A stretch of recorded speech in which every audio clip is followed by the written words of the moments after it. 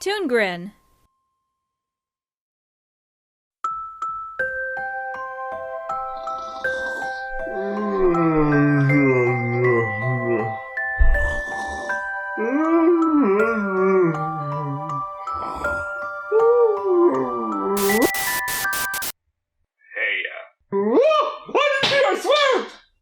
Huh?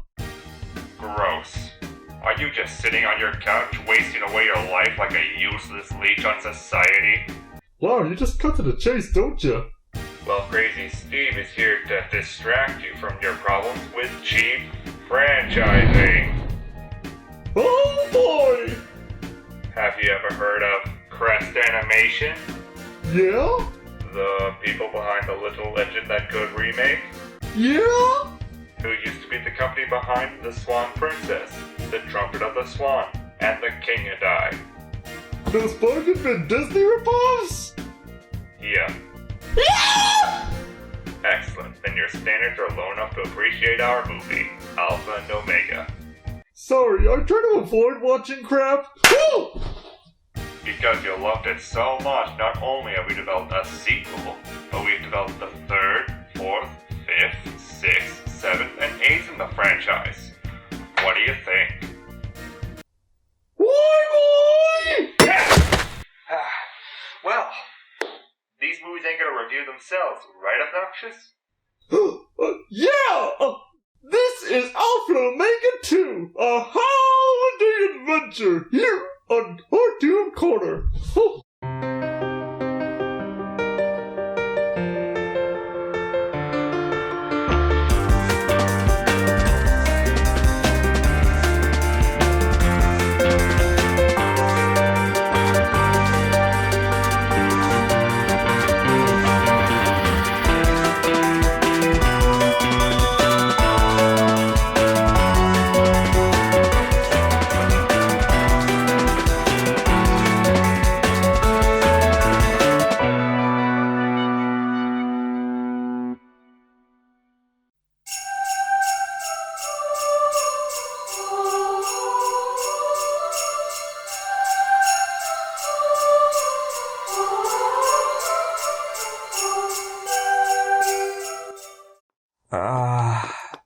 Alpha and Omega.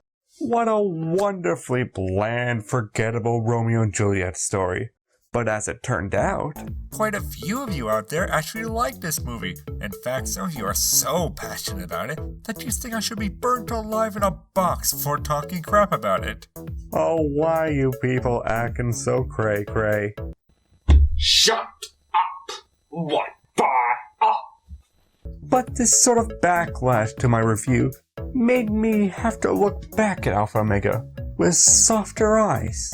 I can see now the true heart of this movie, beating with a true comedic and romantic strength that none can match. It made me realize that Alpha Omega is not stupid, but hilariously awfully stupid. How dare you? Crazy Steve? Didn't I just knock you out? Money can cure anything, even blunt trauma. Look, Steve, I know you put a lot of time and effort into this, but I just found Alpha and Omega to be stupidly silly.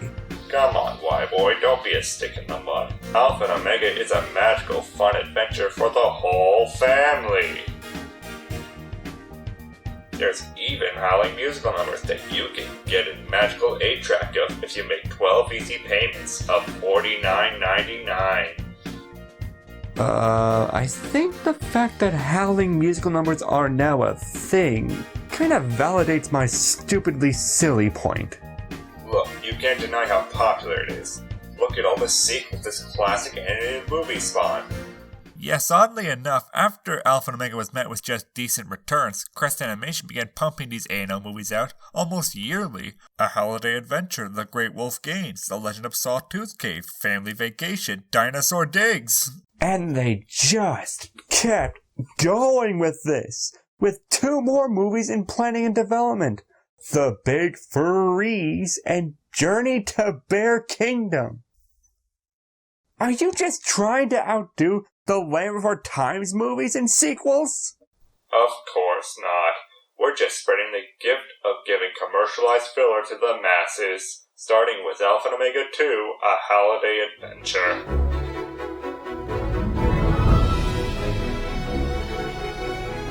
You're a monster, you know that, Steve?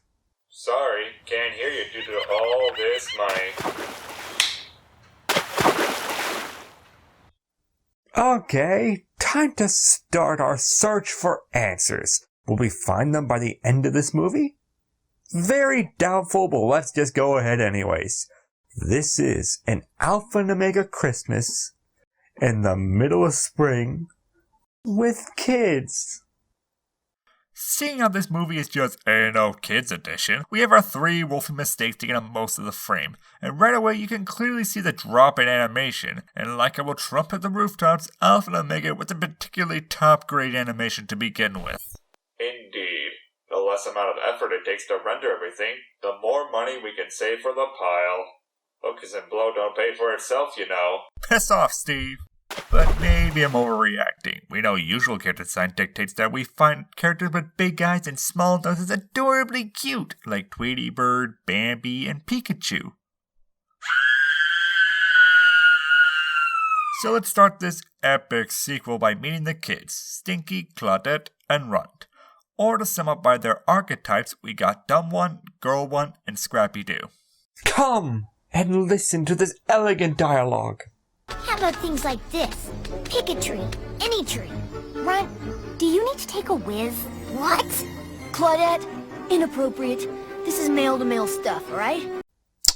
You know, one day, I hope a video reviewer does a top 10 list of their fave piss and poo jokes from movies. Apparently, there's plenty of material to work with from my reviews. Yes, my masterpiece will finally be realized. We then head back to the caves to see Humps and Gabe preparing for Christmas. And this time around, no big name celebrity voices for them, but we have 2 others who give just as stimulating a performance. We're serving Bones, our first dinner. Are you criticizing my dinner choice? No, not at all. Bones have lots of roughage. Humphrey, dear, just dig. Humps and Kate's romance seems to be falling on hard times, huh? Well, I can't wait to hear the ending of this story in Alpha Omega 10, Divorce Proceedings. She's taking him for all he's worth.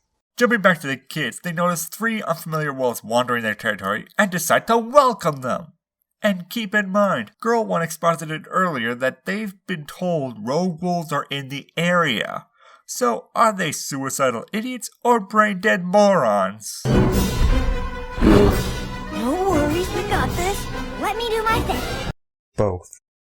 So Jump Cut Bear attacks the kids, but they are saved by the rogue wolves, who drive out the grizzly, as the kids say, a classic one-liner. And pick on your own size next time. What? And pick on your own size next time. That's either a grammar error or you're just insensitive to bears' natural figures. It's okay, Bo. They'll just never understand our hotness.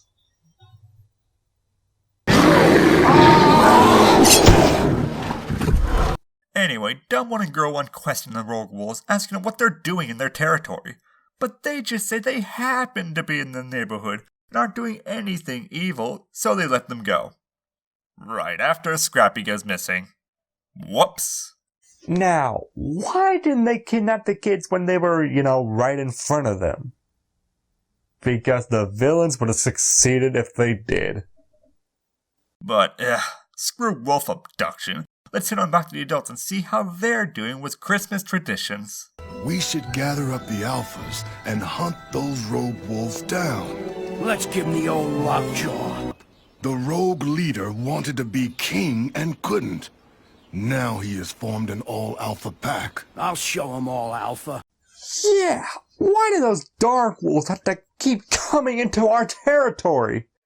Dirty dark wolves, we need to build a great wall to keep them out. Oh no, wait, that'd be dumb. And look, it's crazy Garth and Lily. You know, the more interesting romantic couple from the last movie. What have they been up to? Oh, hi everyone. Sorry we're late. Lily and I took a little detour. Oh, yeah. Are they referring to what I think they're referring to? Garth, it's time you found a cave. I told you I'd give up mine. Lily and I like living in the grass. The very tall grass. Oh, yeah. Platonic commitment. What? The kids then arrive at the cave and tell Humps and Kate that Scrappy's been kidnapped, so the parents head off to save their pup, with Kate using her telescopic wolf eyes. National Geographic just cuts out all the good stuff, don't they? To find him, but he's already far gone, as he's already been brought to the leader of the wolves, King. This small wolf is Winston's grandpup? The great alpha of the Western Pack is producing runts.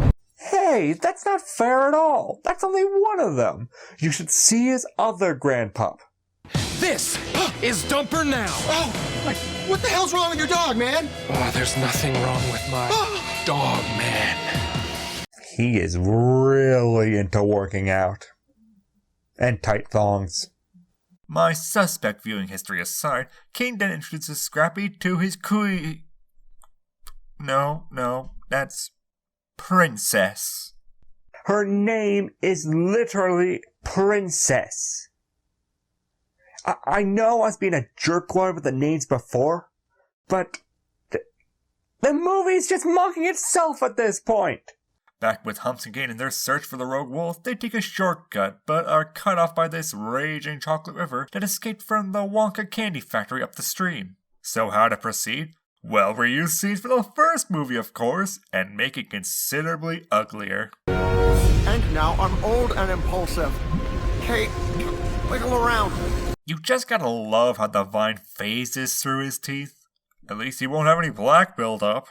Continuing on with Scrappy and Princess's side of the movie, she gets him some food, and Scrappy, after taking a bite, shows her what sharing is. I was leaving the other half for you. You know, like sharing. I guess it's an Omega thing. When we have a kill, those who eat are those who fight for it. And I'm sure the pups do really well under that scenario. This episode of Alpha Omega is brought to you by the letters F and S for Feminicide and Starvation. Yay! Back with the pack, Lily and Garth show off how they're far more interesting characters as Garth preps the Alphas for the rescue mission, and Lily deduces the rogue wolves are trying to set a trap for the Alphas to destroy their whole pack. But screw those smart things. Those rascally kids sneak out of the... No, they didn't. They just walked out of the cave to catch up and help their parents in the search for Scrappy. At the same time, Humps and Kate meet up with their treasured friends, Duck and Gooseface, and they aren't voiced by Larry Miller and Eric Price anymore, but have had their voices consolidated to be voiced by just one guy. What kind of hack has one guy playing multiple characters? Right, guys? Couldn't agree more. Totally. Indeed. I like rainbows. Oh, look at the time now. I think it's time for the exact same fine swing scene again, folks. But this time with kids. You all okay? They so take after you. Me? Humphrey, that is all you.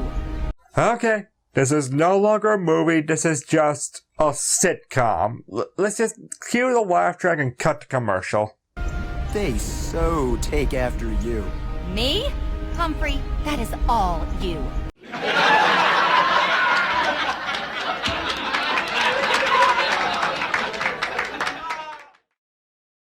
Back with Scrappy once again, he's getting into some hilarious hijinks by egging on an alpha wolf enough for him to want to rip his throat out, and then having to be bailed out by Princess, which gets a resounding one-liner from him. Walk it off. You know, let me just try something here. Beep! Power! Yeah, that works. The Alpha and Omega family make their way to Scrappy when they have to stop because Dumb One's only defining characteristic, smelling stuff, kicks in.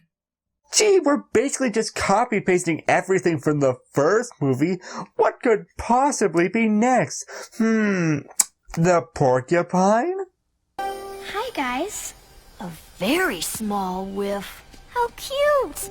Oh, look, it's the bear cub that nearly got Humps and Kate killed last movie. What a lovely surprise.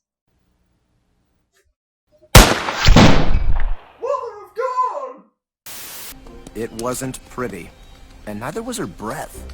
Hey, can I come with you? Talk to the paw. Go home. What is this, a parade?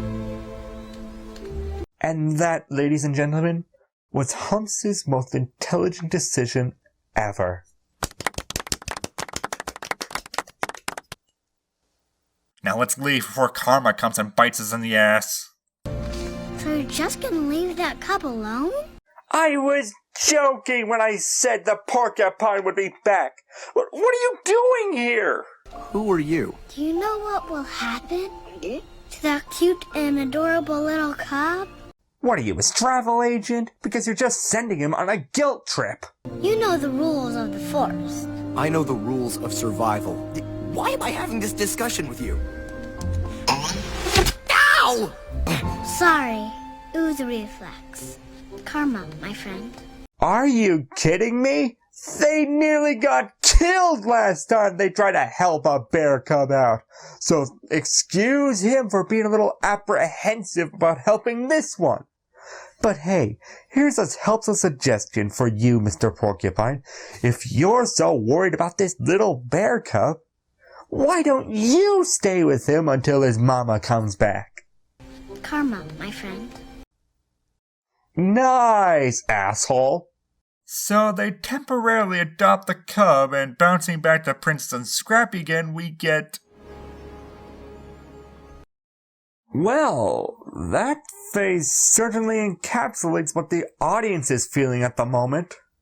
So finally, the family finds the rogue wolves. Kate and Humps didn't just go on ahead to see that the rogues outnumber them. Shortly after, the main secondaries meet up with the pups and their adopted bear cub. What are you doing with the bear cub? We kind of adopted him. Adopted him? Oh, trust me. Logic is not our friend here. Wow. That face and now this line. Logic is not our friend here. It's a match made in reviewing heaven. So the secondaries catch up with Kate and Humps and devise a plan for Humps to distract the rogue wolves while Kate circles around and grabs Scrappy. Their method? Hiding in the tall grass and putting Humps on Garth's back to make him look like a big alpha. Hey, Garth, they're approaching. Stake your territory. It'll keep them from coming too close. You want me to pee? No, you fool. I want you to howl. You know, I thought I would have to at least wait a couple minutes before I had to use this. But... Logic is not our friend here. So the plan goes off insultingly without a hitch, especially considering their hiding place disappeared between shots, and while Kate and Humps escape with the pups, the secondaries stay behind to use themselves as wolf shields for the incoming army of rogue wolves. We can only mess them up, Winston. We won't be able to stop this. They can't handle our numbers. They are weak. Purity will win. When did this movie become about a race war? The whole Northwest whatever wolves conflict from last movie may have been contrived as all hell, but at least there was some context given for what their conflict was about and why it came about. Here it's just, you're evil, we're pure, which makes King come off as unbelievably pretentious. Just check out how he reacts when Princess finally has had enough. Lead the rest of the pack to Winston's home and claim it. No, Father. Not this time. Princess! Princess! You can really feel the deep, heart-wrenching connection between them. Or you would if they actually wrote that into the script. But anyway, it looks like the bears have re-entered the story, and as a thanks for saving their cub, they bring with them a big, wholesome helping of bear whoop-ass.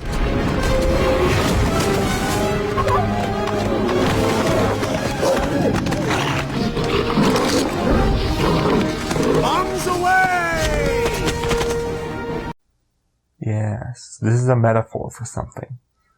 So the day is won. King of the Canine Clan is trampled to death, I guess. Yay. And everything is great. Let's celebrate with awkward laughing.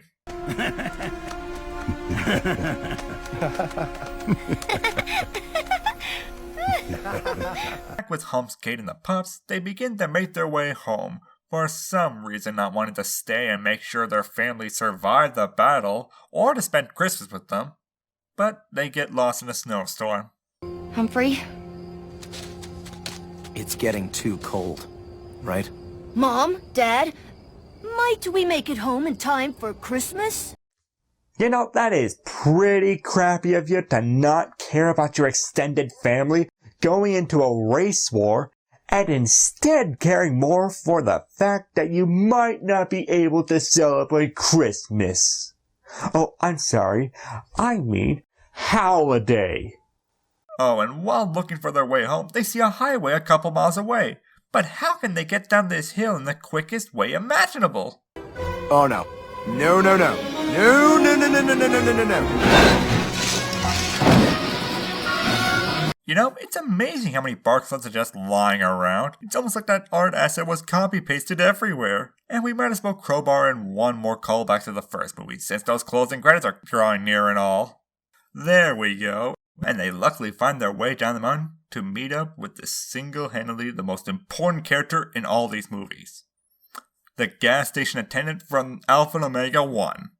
You remember him, right? He was the guy who screamed, I got you both now. Shoot 'em! "It's like an Easter egg for the fans." And seeing as it's Christmas, he decides to leave, most likely to retake some pics for that clearly photoshopped image of himself, and he lets Humps, Kate, and the pups spend Christmas inside the gas station.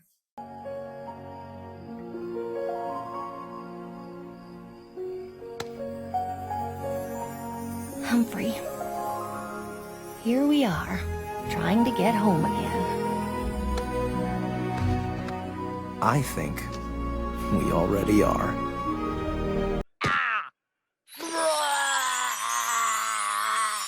Ah, a Christmas classic that really had very little to do with Christmas.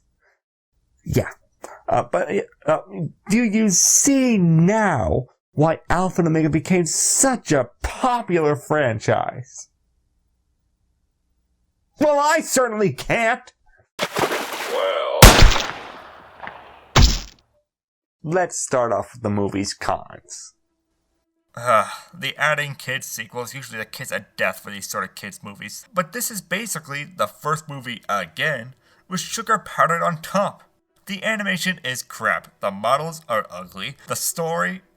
What the f*** did this have to do with Christmas? And a race war? Again, what? I said it before and I'll say it again. Ain't with the result of going through a basic bland movie breakdown. So some just took that first script, tossed it in the washing machine, gave it a spin with a few other things, and ta-da, ain't 2. But with all that said, what were some pros? I still feel that Lily and Garth are still fine characters with, again, little screen time for them. And really, this movie is great if you got a person sad enough to sit through it with you, because it's just hilariously stupid as well. Now, if the movie wanted to, improve like sequels should strive for, then I would suggest with their first idea for a movie. A story with Lily, Garth, Humps, and Kate together doing an adventure would be fine.